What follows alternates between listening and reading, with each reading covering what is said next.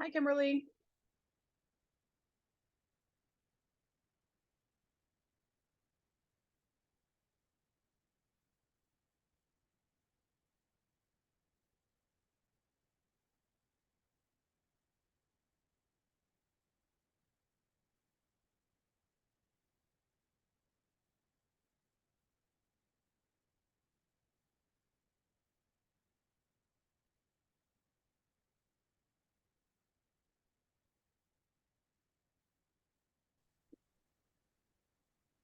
Hi, welcome. Oh, Can you hear me? I can. Can you hear me? Yes, I hear you better now. All right. My name is Deanna. How do I say your name? Zamora, Laura. It's really nice to meet you this morning. nice to meet you as well. I'm just gonna be kind of just listening. I have to drive, so It looks like you're in your car. yeah, I Yes. am. Hi, Audrey.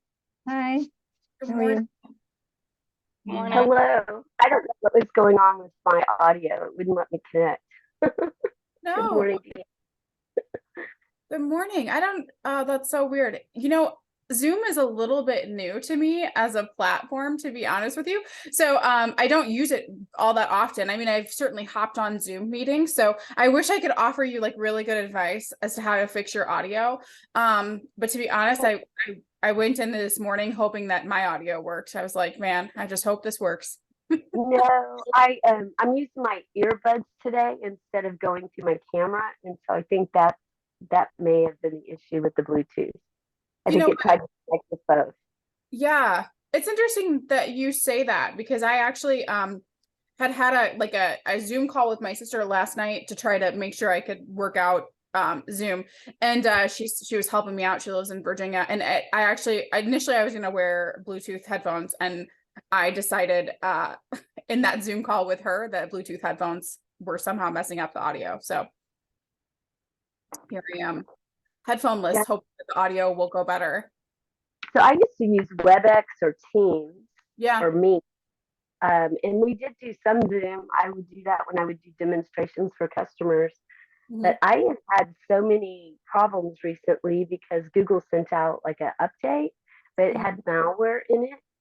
And I had not used my Gmail account in years. It literally sent me emails from 2008 to present, forwarded them to my Outlook, which is what I use.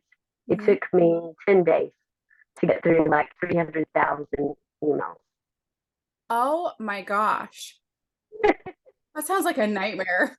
It was when you're looking for a job and you can't even figure out. So I just did it by conversation and deleted and deleted. But what was really awesome is that there were several people that have since passed away, Mhm. and there were emails where we had spoken to each other, so I could put those in a folder and Oh, look back at those. So I oh, thought that made that craziness, yeah. chaos actually a blessing. Yeah, that's really special. I'm glad that you had that. That's such a special thing. Oh, Well, I'm yeah, gonna mute now so that everybody else can visit. yeah. Well, that is really, really special. So I'm glad that you had that. Um, let's see. It looks like it's about 10 o'clock. So I think that is the start time technically of this session. So as we get started, I will say there'll be various points where I invite discussion that can come either you're welcome to unmute yourself. Zamori, I know you're in the car, so you probably don't want to, and that's okay, but I will really invite you to unmute yourself or to type in the chat. I am a therapist. I talk with people for a living. So that's kind of my bread and butter. So if any of you have been on the LinkedIn events where I've done one with just Tanya and then one with Tanya and Damien.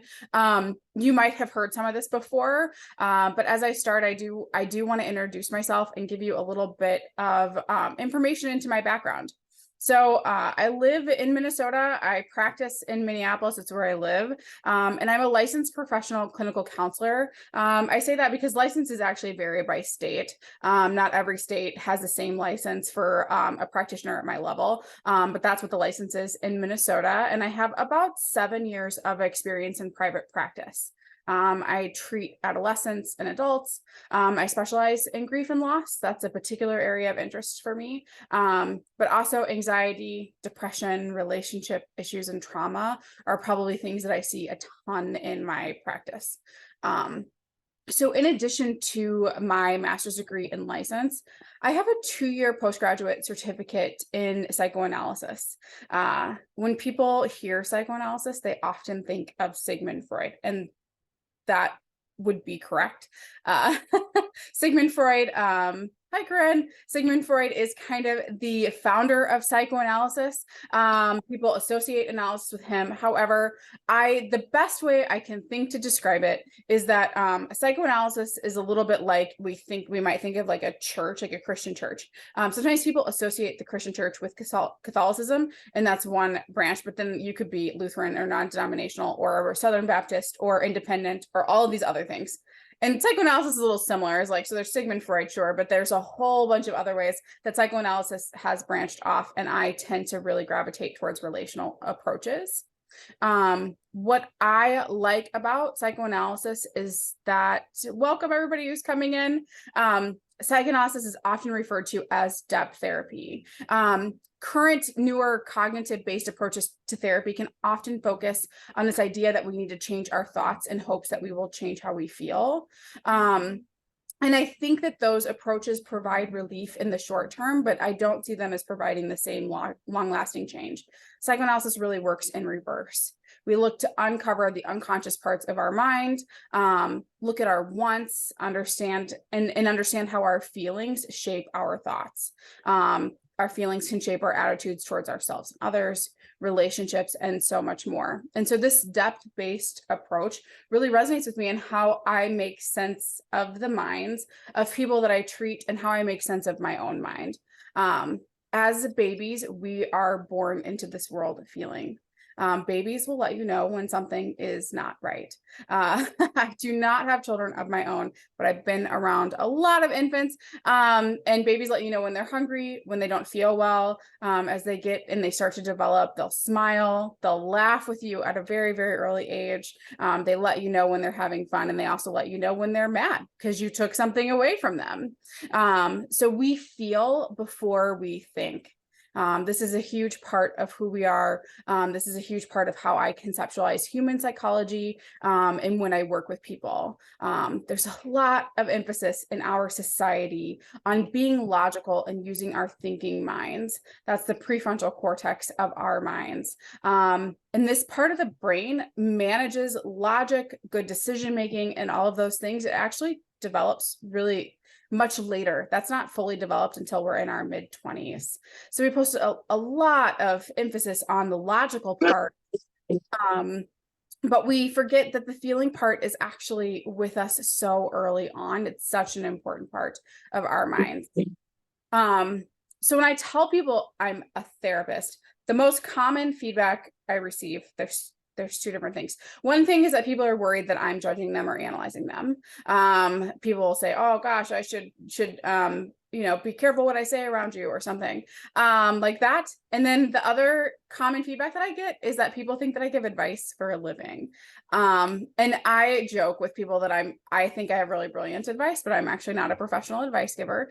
In reality, what I think that people want is to be known and to be understood more than they really want advice. And what I help people do is understand their own mind, and understand what they need to do for themselves. There's a lot of emphasis, like we do a lot of comparing of ourselves, that we should be doing what someone else is doing, but I help people understand how they can figure out what they need in their own mind. So to that end, I've kind of given you a lot of information, but what I would say is I help people make sense of their own minds for a living.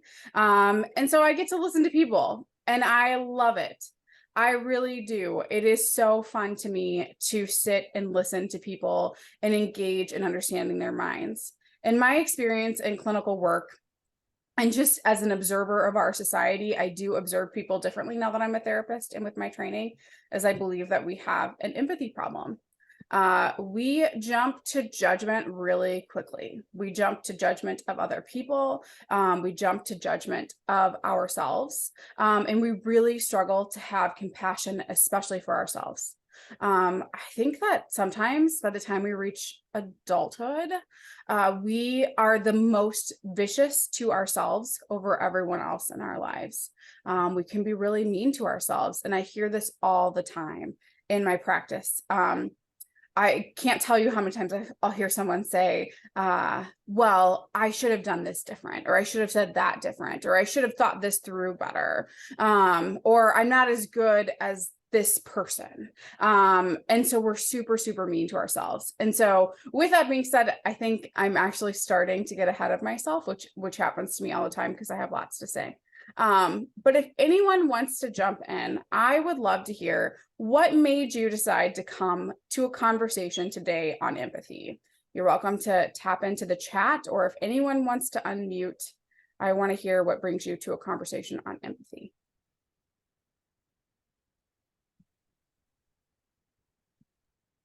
So I'm involved with a bunch of vet groups, and I used to sell to Europe, Africa, Afghanistan, military hospitals, and bases. And that's kind of my background. 25 plus years of IT, and I've been unemployed since May 1st. Wow. I have so much empathy for other people, but I am like a sticky note. Like, people write down their problems or what's going on, and I could literally for Halloween dress up as like a person with sticky notes attached to every part of me and weighing me down, because once somebody tells me their story, I worry about them for the rest of their life. And that is just who I am.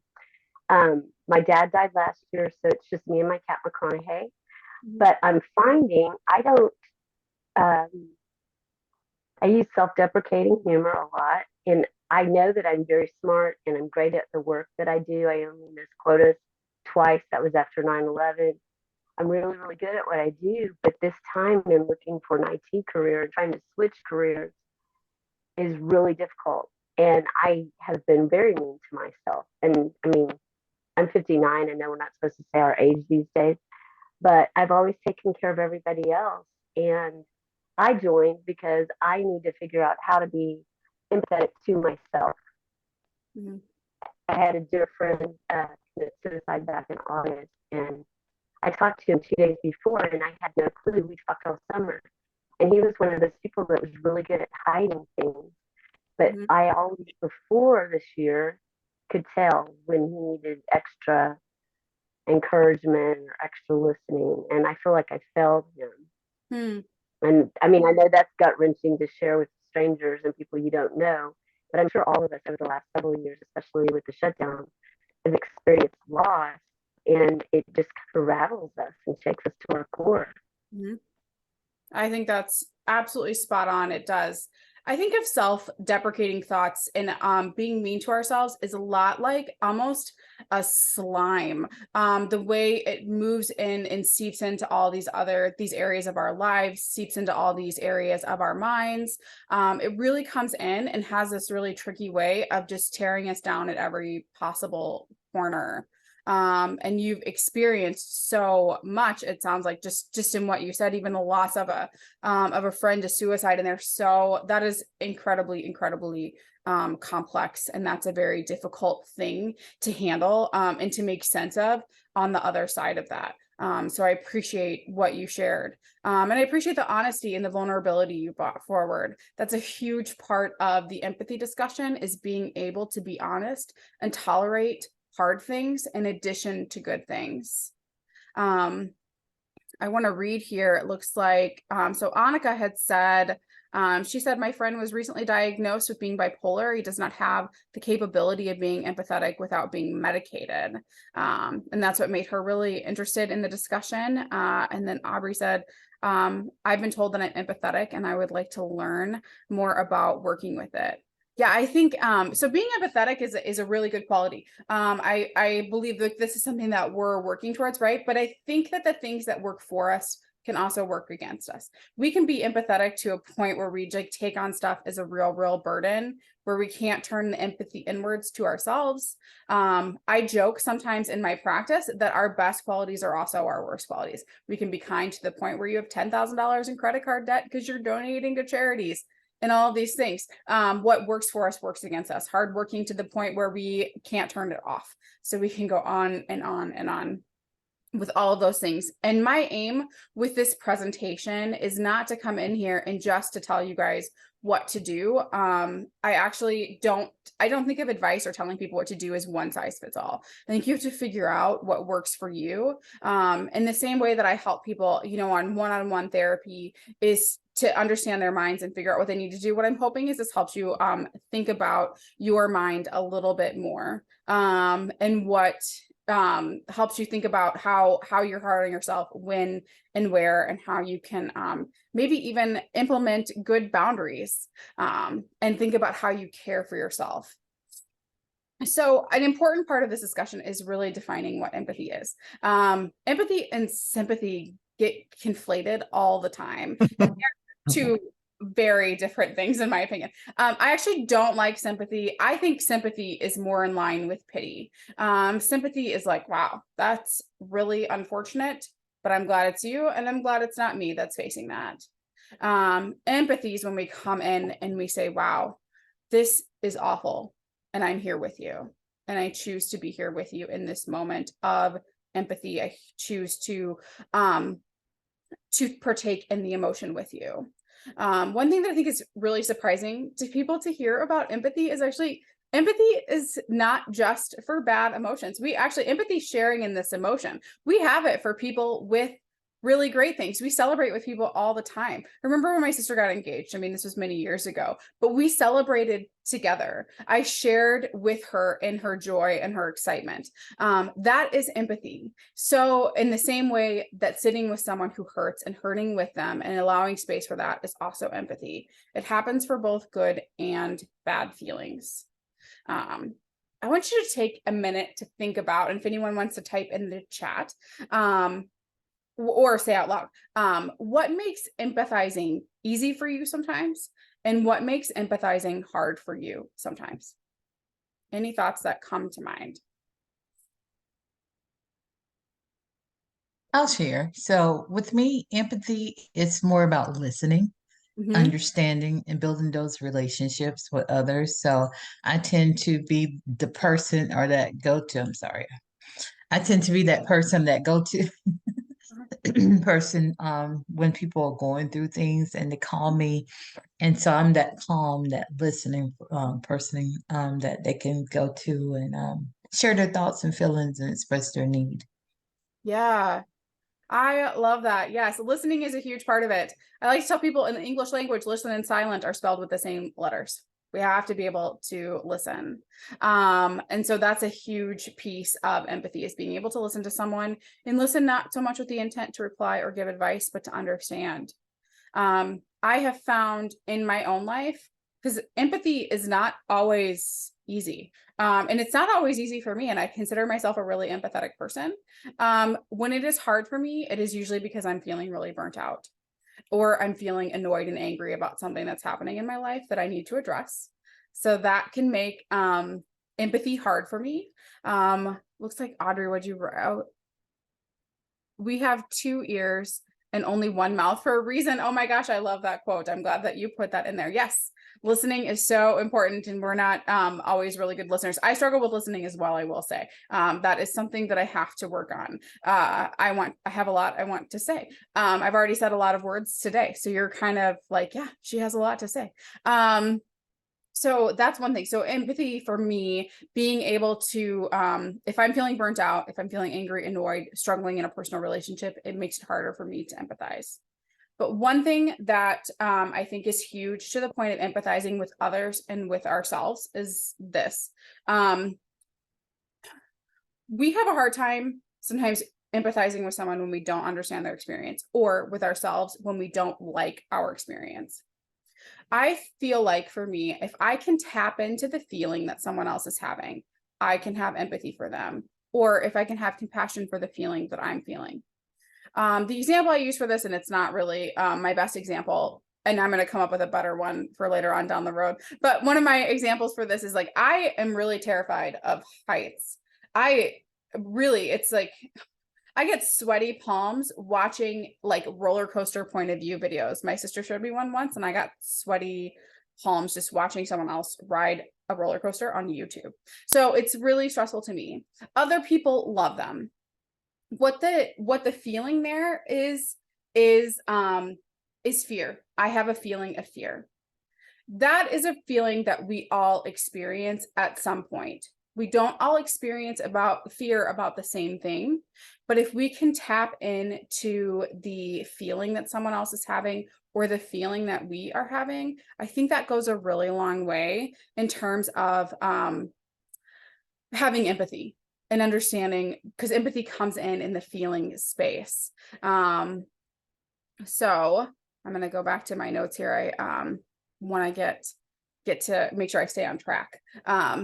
So one of the things I wrote in the chat is Yeah. that judgment will destroy empathy, absolutely, yes, whether yes. for yourself or for anybody else. Absolutely. That is 100% true. And we rush to judgment really quickly. It's something that even I can do it. I can rush to judgment the same as anyone else. It's very easy to do. And I think I'm glad you wrote that, because what's also significant in that discussion is the internet doesn't help us with judgment. That is a space where people really love to judge, is from their keyboards on the internet. So yes, it does really hit hard at our ability to empathize. So one thing I want you to think about now is how do you talk to yourself? You don't need to say it out loud. This can be a really personal thing. You kind of talked about this a little bit earlier, is how you talk to yourself, being really hard on yourself, having empathy for others, but not for yourself. What do you say when you make a mistake? What comes to your mind? When you're trying something new and it doesn't go well, let's say, what do you say? Do you just like beat yourself up for being bad at it? Is it something that you extend yourself grace for? If you think of these things that come to mind, I wonder if there's a time that you can think of where you were speaking poorly of yourself. I can think of a few in my mind that come to mind where I was being really hard on myself for not meeting my own expectations. Did you maybe feel angry or embarrassed or like you were stupid or not good enough? When we say bad things to ourselves, and I think this is a really important point, when we say bad things to ourselves, it's almost always rooted in feeling bad about ourselves. In other words, we do not think or say to ourselves really uplifting things when we feel angry with ourselves. In the same way that when we are feeling proud of ourselves or feeling really accomplished, we do not say that we're trash in our own minds. Those things don't go hand in hand. So the feeling that underlies our thoughts, if it's driving a negative thought, it's a bad feeling of some kind. And if it's a positive feeling towards ourselves, it drives a positive thought. In the world of mental health and psychology, there's a lot of nuance. I think things are very nuanced, and more nuanced than we sometimes give credit for. But one thing that I don't believe there is nuance to is that when we are born into this world, we are not born into this world with a negative internal dialogue. In other words, you were not born with a dialogue in your mind where you beat yourself up. How do we get a negative dialogue?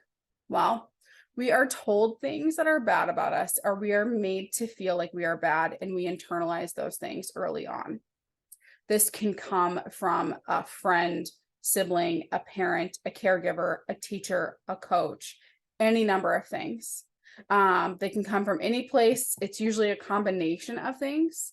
And the significance of this is, as kids, we are sponges. Like, we take in, and kids really take in a lot from their environment, and they take in a lot of what they hear around them. This is really, really common. My favorite story to tell to illustrate this in part because I just think it's kind of a funny story, is my sister. So probably she's quite a bit younger than me, and this was probably about 25 years ago.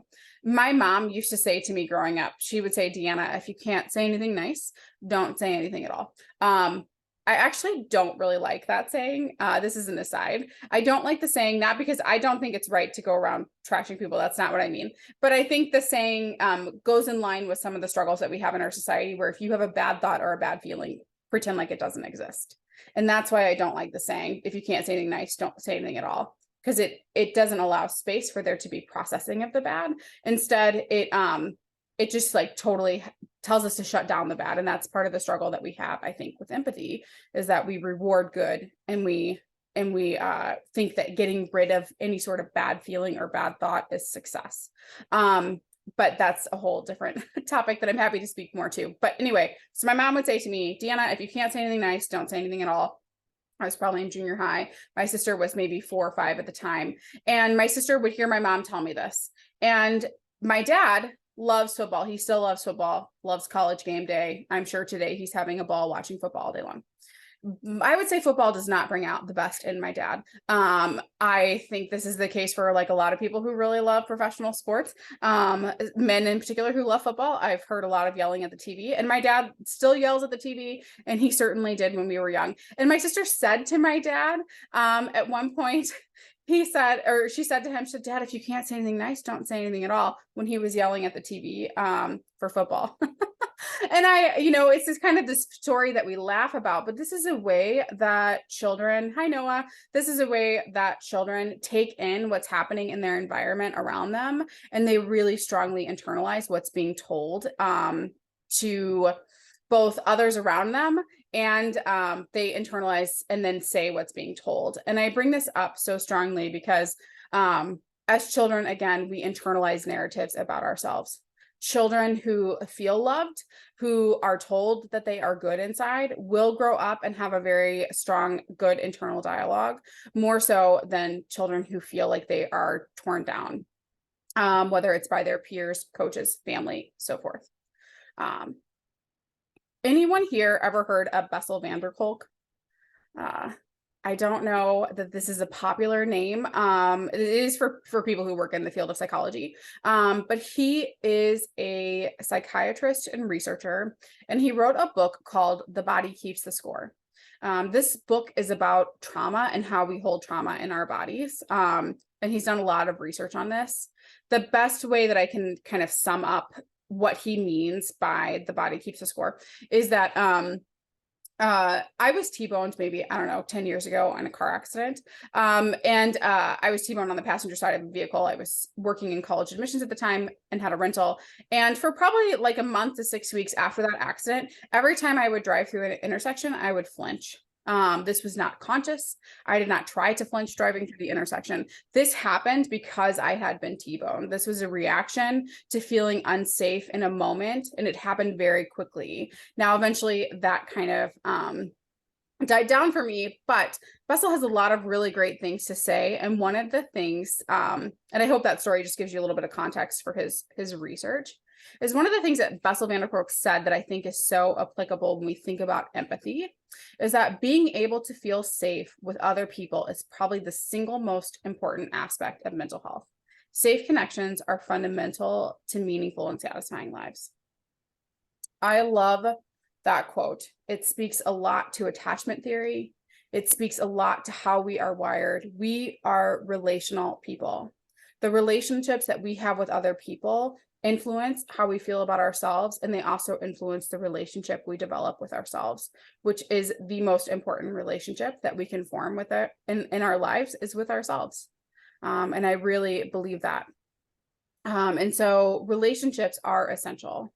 I would say that most of us have a mix of safe and unsafe connections in our lives. We have people who have held us both physically with held us with love, both physically, and people who have held us kind of with their care for us. They're held us in their minds, people who have let us know that they love us, which is so important. And then we've had unsafe connections, people who have said mean things to us, even on the sly, people who have talked poorly about us. And these all become a big part of us being hard on ourselves as adults.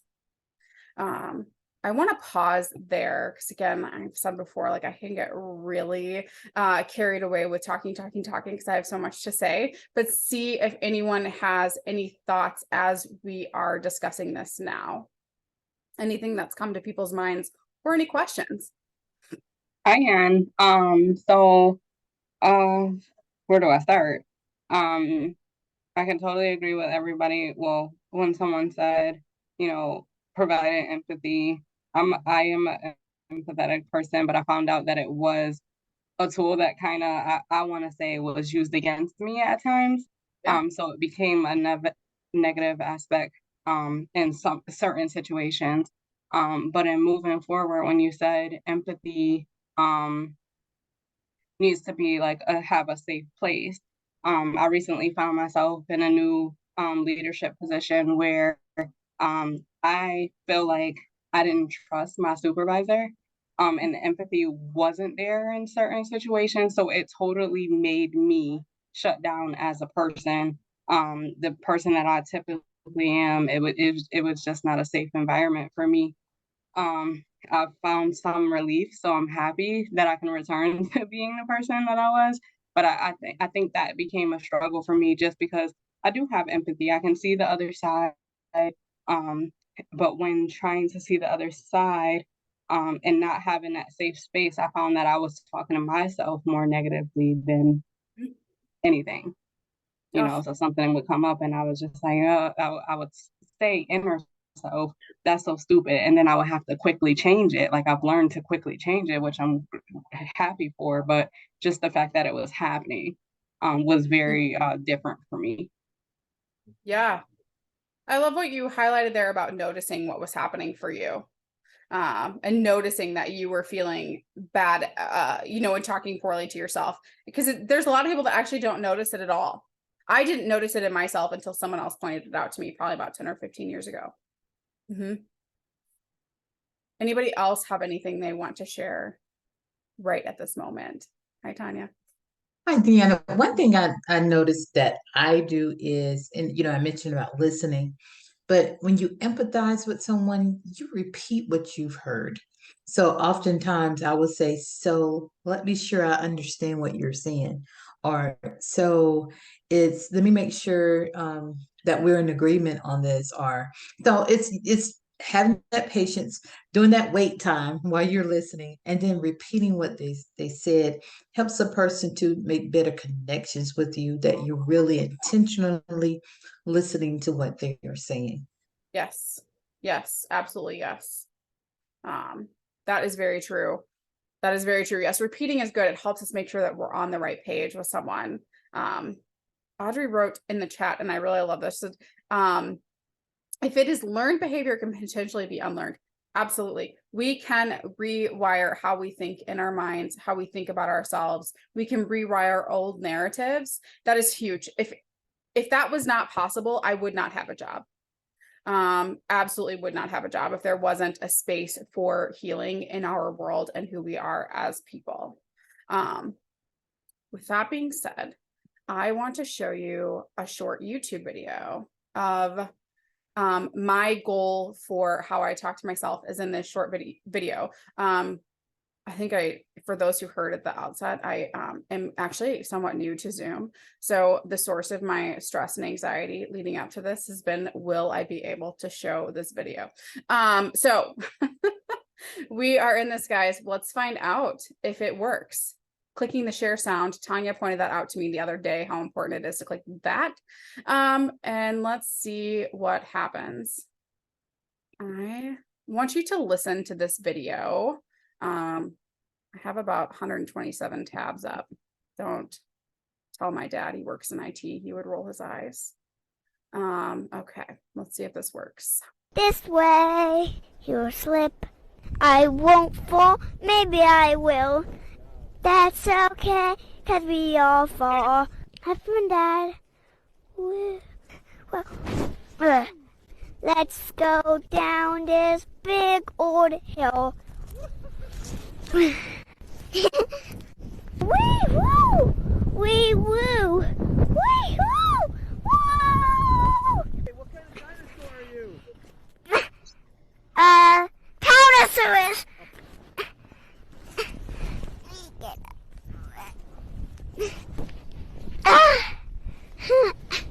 I'm a Stegosaurus. This. Okay, it was a short video. Could everyone hear it? Oh, that is a relief to me. Has anyone seen this video before? No, I love it. This video went viral several years ago. I think this little girl is a little bit older now. I love it. She says at the beginning, she's getting ready to go, and she says, I won't fall. Maybe I will, but that's okay because we all fall. And I don't know if we could sum up life a little bit better than that, whether we're literally falling, actually falling onto the ground, or in some way, shape, or form. This little girl, I would be willing to bet, has parents who really built her up quite well. That is a narrative that came from somewhere else to build her up. And she uses that narrative to build herself up as she's working to snowboard. This is when I think about the internal dialogue that I want to have for myself. I think of her and what she says in this video. I'm curious if anyone had anything that they noticed about the video that they want to share. I won't force you to, but if anything comes to mind in the chat, or you can unmute, of course. I noticed that every time she fell, because of what she had in her mindset already, every time she fell, she was like willing to try to get back up. So, and I also found it humorous in the names that she was calling herself. So the Stuckosaurus was really cute. Yeah. But yeah, that can help us in our daily lives as well. Yes. I love that as well. I was thinking that I'm a Stuckosaurus, as she was stuck upside down, right in the snow, giggling about it, knowing, and she kind of sat there. I'm a Stuckosaurus. Now, how do I get out of this? And she was okay with it. I loved that. And I think we get stuck sometimes. Totally. Yes. Yes. To something that I had said earlier is like, we live in a society that prioritizes thinking, that prioritizes success and positivity, and at the expense of acknowledging the fact that there are hard things in our lives and we experience challenges. There's no way you can experience and live life without experiencing something that's hard, in the same way that we experience things that are really wonderful. And she is experiencing something that's hard and working her way through it in this really, really beautiful way. It's a childlike narrative, because she is a child. She's 4 or 3 in the video. And and I really love thinking about that video. As I talk today, something that I really wanted to bring up in the space of empathy, because I face this a lot in my practice and with other people. So I'll talk to people, and sometimes in the therapy room, I'll point out hard narratives that people had, and I'll point out that people are really hard on themselves. And people will think, and maybe you found yourself thinking this at some point during this discussion, that if you find yourself thinking that in any way, maybe you felt bad when you were younger, maybe you feel bad as an adult, that you were told bad things about yourself somewhere along the line, and you can acknowledge that, but you think that it should not matter because you had a lot of happy experiences and happy interactions too. I am going to say to you, this comes up a lot, that and this is one of the things that is such a big part of our struggle with empathy, is one, it's really judgmental for us to say, we do this a lot. We'll say, well, I have this good thing, but I have this bad thing, but there's this good thing too. It's kind of a judgmental statement that we say to ourselves and others. And to one of my favorite psychologists, she's actually a child psychologist, and I don't have children, but I love what she has to say because it helps me understand adults. Actually, interestingly enough, her name is Dr. Becky Kennedy. She will say all the time, she will say 2 things are true. You had really great and loving experiences in your life, and you also had things that people told you along the way that perhaps felt really hurtful, that influenced the negative internal dialogue that you hear in your mind. Both of those things are true, and one does not cancel out the other. They coexist side by side. And this is something that I wish the whole world would understand, because I think this helps with empathy a lot, is good and bad can exist in the same spot. That's where I think sometimes sympathy comes in, right? Like sometimes we'll say to someone around, maybe a loss of a job. Maybe it's someone who's married, they lose a job and they're upset about it. And someone will say, but your partner still has a job, right? Immediately it acts as though this positive thing cancels out the bad, when in reality is they both exist side by side. And I think if we allow things to exist side by side for others and for ourselves, it helps open up a world of space for empathy. As I say that, I have a couple other things to say, but want to pause again. I love discussion. I'm a therapist. Any thoughts coming to people's minds?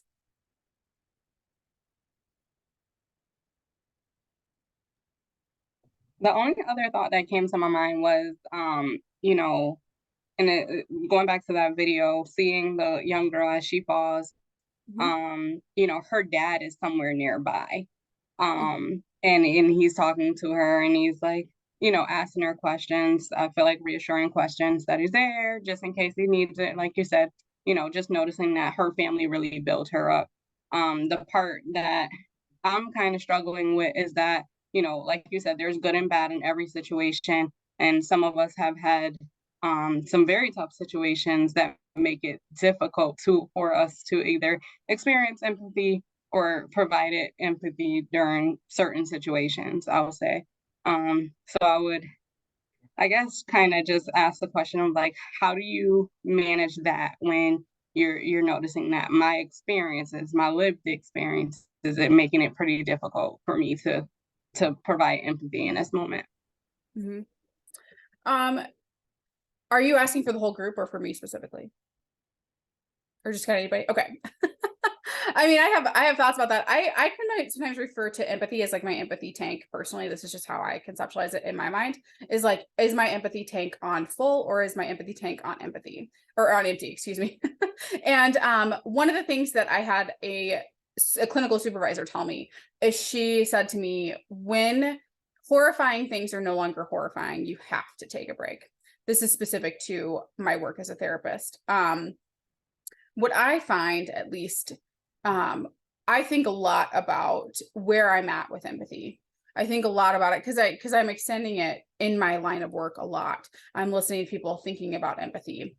If I'm jumping to a space of annoyance, which is where I will go, if I'm running low on empathy, I will get to where I'm just annoyed with everyone. And it's not the most wonderful version of me. If I'm getting to that space, I have to think about where I can reset personally. That is huge for me. Usually when I'm getting there, I'm feeling burned out in some area of my life. I'm feeling overextended, like I'm overextending myself in relationships without being someone extending into me. Does that make sense? Does that help to, okay. So that's a huge part for me. We live in a very, very relational world. In fact, one of my favorite psychologists says that we are born into this world, we are formed in relationship, we are harmed in relationship, and we are healed in relationship. Everything that happens in life happens in the context of relationships. We build relationships on social media in some ways. We build relationships. You know, my mom goes out to lunch every week with the same person and they have the same waitress every time. They have built a relationship with this person. We happen in relationships. And so when I feel like my empathy tank is burning out for me, it's usually because I'm giving too much out and I need to be poured into, which is a really hard space to be, I think, because again, we live in a cognitive thinking society that says, well, you should be okay on your own. But how could we possibly be? Mm-hmm. To your point about that video, that little girl wouldn't have had the narrative she had if she didn't have someone close to her who was building her up with this narrative of, I won't fall, maybe I will, but it's okay because we all fall. Mm-hmm. I appreciate what you said there. Any other thoughts coming to mind right away for anyone?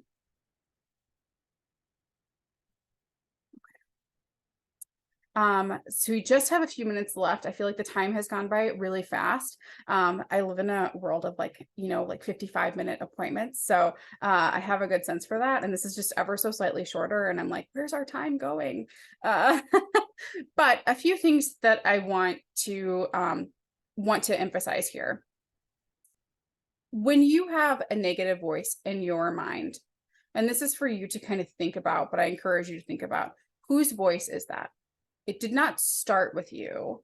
And I think this is a really important part of reworking that voice and changing that narrative. Our internal voices never start negative with us. So if we're going to change it, we have to understand, I think, where it first came from, be aware of it when it happens. Again, I will say I did not know that I was so hard on myself until someone pointed it out to me. I was actually at a doctor's appointment talking to my doctor, who said, "Are you always this hard on yourself?" And it was this blown back moment. I almost felt like I was like kind of punched in the gut thinking about it. I was so taken back that someone would notice that in me and bring it up. So we have to notice that it's happening, which is hard because we aren't always really good at introspection. But we have to notice it, acknowledge that it first didn't come from us. And when I notice that I myself am being hard on myself, and I can be really hard on myself, you guys, it can be really bad.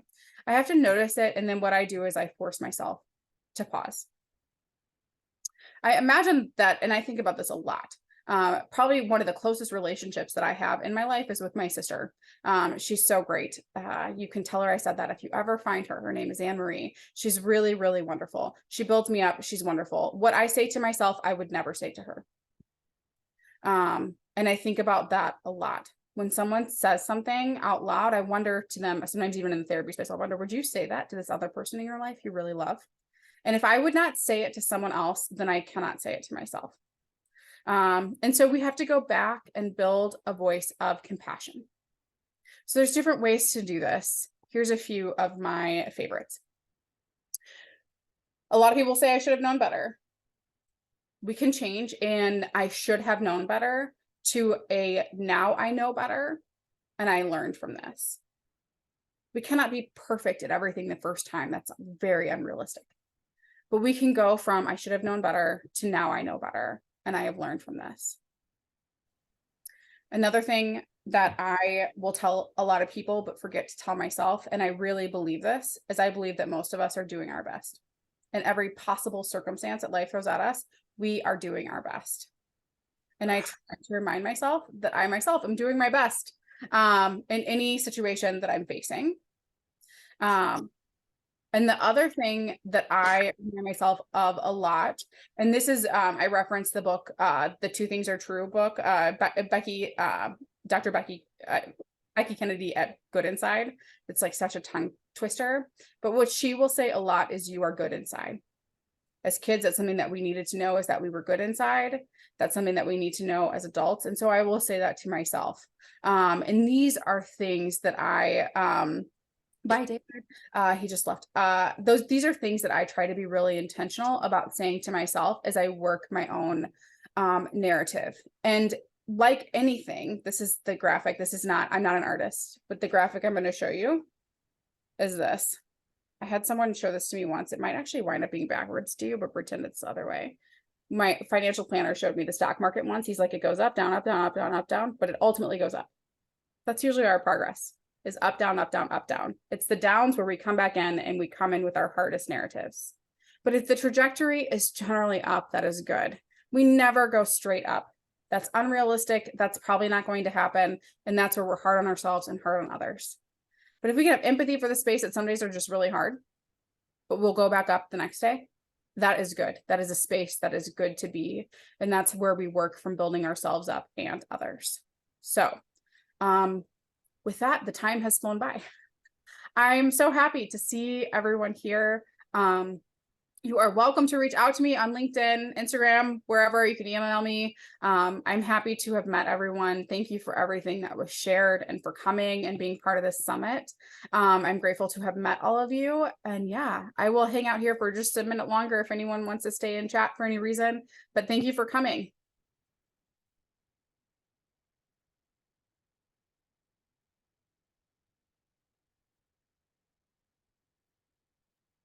Thank you so much. This was really great. Thanks. And I just think it's such an important thing to do because, you know, our success is so based on how we see ourselves, you know, and how we see the world and how we connect to everything. And what you said about relationships, you know, we can all look back and even at my own being a mom, even me looking back, like there's stuff that I wish, like, God, I wish I could have done this even better, you know, like there's, You just want to build those relationships, you know, to be able to give your kids the most possible support you can ever give anybody in your life, because they're everything. They're the future. And you know what? When you know better, you do better. And I think that's what it is. You can't beat yourself up for what you did. You know, it's not going to be perfect. You're not going to make all the perfect choices. If we can go back, I'm sure we all have things in our lives that we like, oh, we'd love to change that, or we would have done something different. But, you know, it is what it is. And if you're healthy, if you're safe, if you have people that you love near you, there is so much just to be grateful for that. And we have to focus on what's really important at the end of the day, is that we get to recreate ourselves. We get to recreate those relationships. We get to pour more into the people we love. And when we know better, we always do better. And that's what it's all about. It's not about the judgment, and it's not about the past, and it's not about what we could have done. It's what it is right now, and to do the best we can at this moment, because that's all we have. Yeah. Yeah. Yes. And that empathy for it sounds, yeah, we were doing our best. In any moment, we're usually doing our best. It might not be exactly what we want, but we did our best in the moment. And it's so important. Yes. And we can do better. We can change. That is what we do, is we change and we grow in life. Mm-hmm.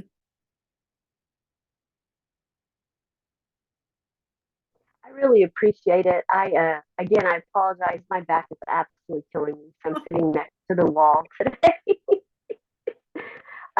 But yeah, so, you know, losing my job, I lost my dad in the middle of my best year ever. And I never dealt with the grief. And then when they laid us off in May and then sold the company, all that grief from the year before just was like a tidal wave, just like over my head. And then, you know, you get 5, 6 interviews in to a position, and then you get ghosted, or it gets canceled or put on hold.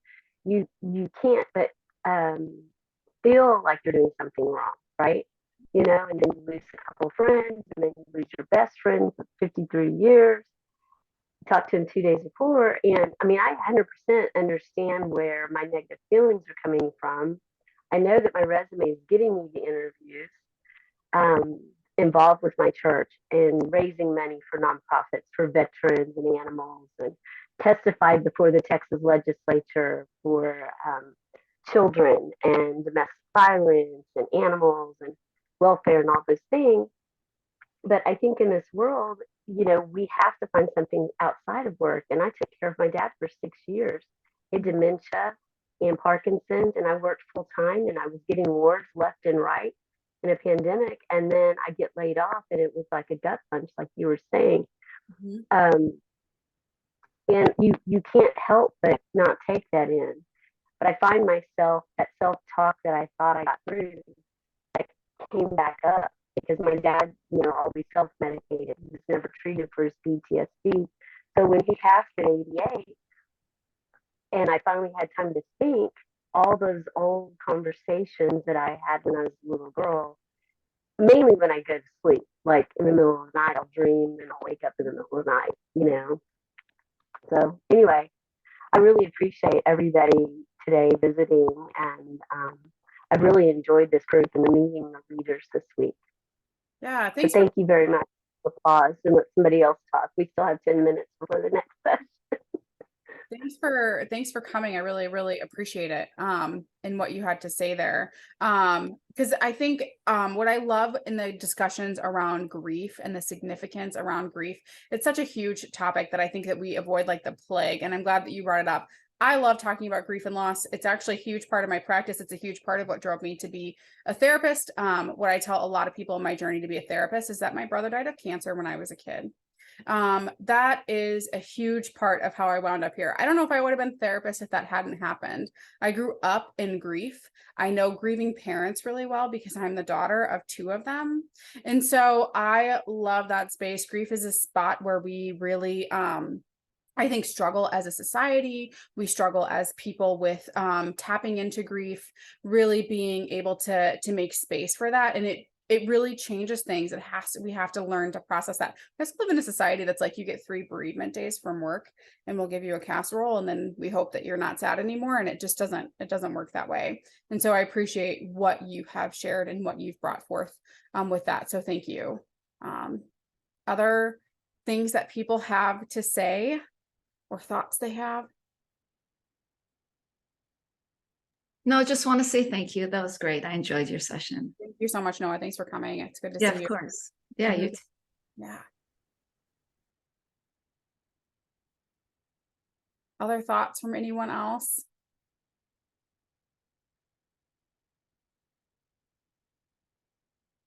Well, I really appreciate everyone coming today. I do. I think one of my missions in this world is to add more empathy to the world. And so I am glad that you came. If we can think about how we empathize with ourselves differently and with others, it's just such a critical part of who we are as human beings. And so I always invite people to reach out on LinkedIn or Instagram. I recently joined Instagram just this summer. So you can find me under my name, Deanna Pelley, but the handle is Making People Make Sense. And then Instagram, or you can email me or whatever. So thank you everyone for coming. Enjoy the rest of the summit. I hope you guys get a lot of really great things, and I hope to connect with you soon. Bye.